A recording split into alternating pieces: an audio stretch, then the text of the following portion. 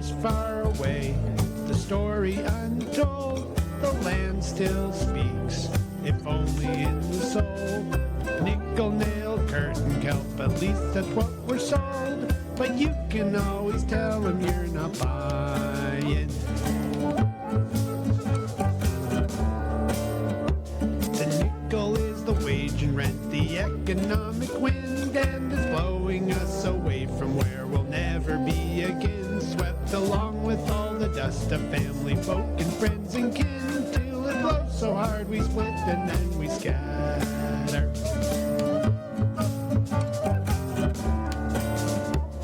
It blowed upon our island in the outer Hebrides, with the kelp to feed our gardens from the richness of the sea. So we sow the fields with crops to grow the sustenance we need on the plots of land we're leasing from the landlords. The plots we lease and live on over time are getting smaller, and the rents are going up and out and off across the water as the land's divided up and left to sons who marry daughters who have families of their own that now need feeding.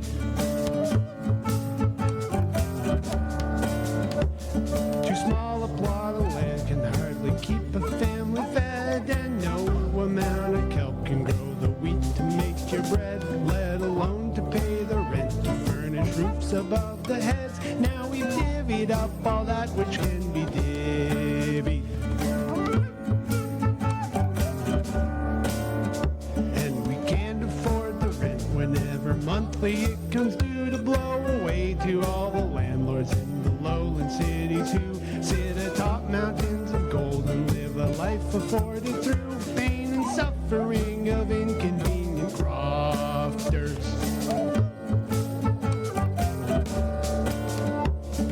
While they plot maneuvers to expand their mighty hordes, if it wasn't for the tenants on the land of which they lord, and their puny little plots producing no worthwhile reward to make up for the declining rate of profits. They amalgamated leaseholds into vast and rolling greens, valleys quiet and deserted, isolated and serene, save for sheep's the highlands filled with flocks of pure and simple needs, so much easier than managing the gales.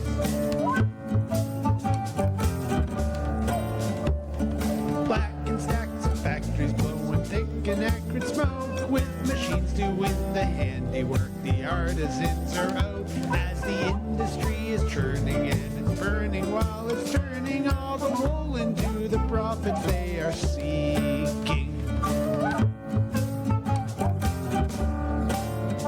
So the crown will levy tariffs by imperial decree to combat the price of cotton from plantation slavery, for it's hardly competition when the cotton's picked for free by the brutal deadly weight of ceaseless toiling.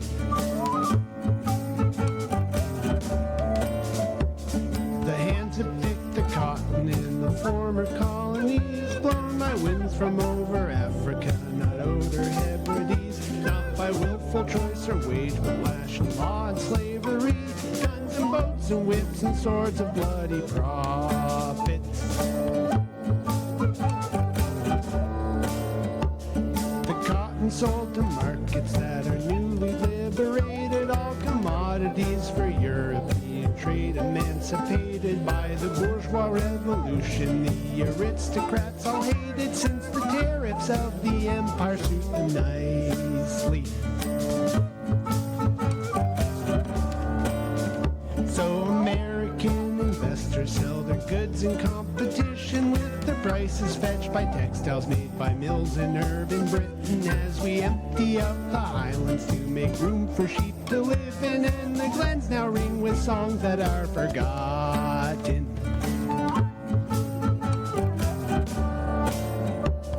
The highland world is ending, yet we still must pay the rent, even as the soil's depleted, all its minerals are spent. It's more money, that's the answer, but we don't want to be sent to work a wage in one of their infernal factories.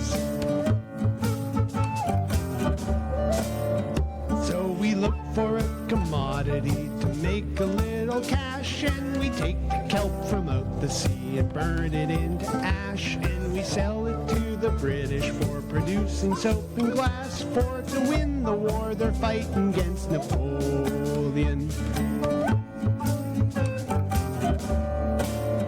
So we take the ocean's forest and we burn it into cash, and we sell it to the empire to turn into soap and glass. And 2 tons of kelp can make a ton of soda ash, but the profits blow away onto the mainland.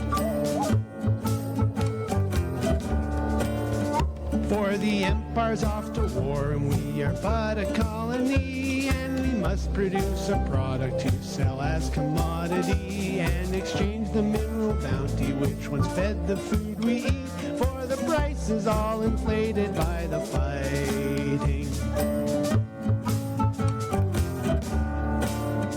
Now we're burning down the ocean just to pay the bloody rent. What the land cannot provide for us is just more money spent, and the kelp that fed our soil is burned to ash before it's sent, blown away upon the winds on which it's scattered. Now there's not enough food, we need money to buy more, so we take from the sea and burn it on the shore, to sell it on the market to make soap and glass for war, for it's markets that our labor must be serving.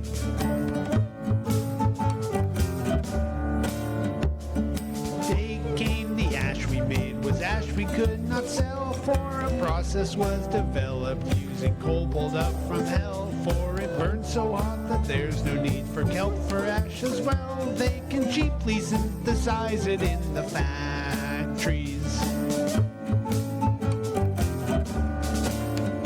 Now the kelp's all gone because we burned it into ash, to be sold into the market and made into soap and glass. And we sold our island's future for some measly foreign cash, to support the war raging on the continent.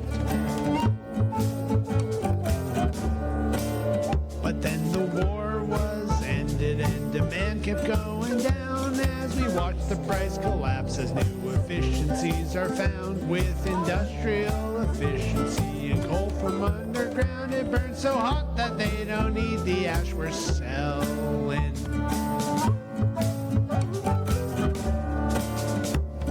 We can't sell the kelp, and the kelp was gone, and the island was dead, and we couldn't hold on. So the wind blew us away as it was whispering a song of a promised land where we could make a living. The promise of a place where our language had been sown, where our ancestors had traveled, so the passage it was known along the very line of temperate climate, rock and sea and foam. As the sad home island we are leaving.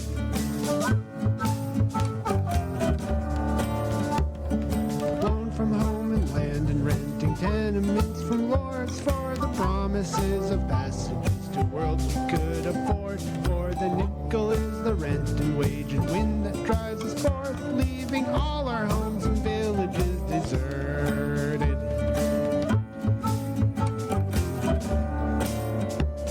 The shores far away, the story in its soil, in prices of commodities and wages of the toil.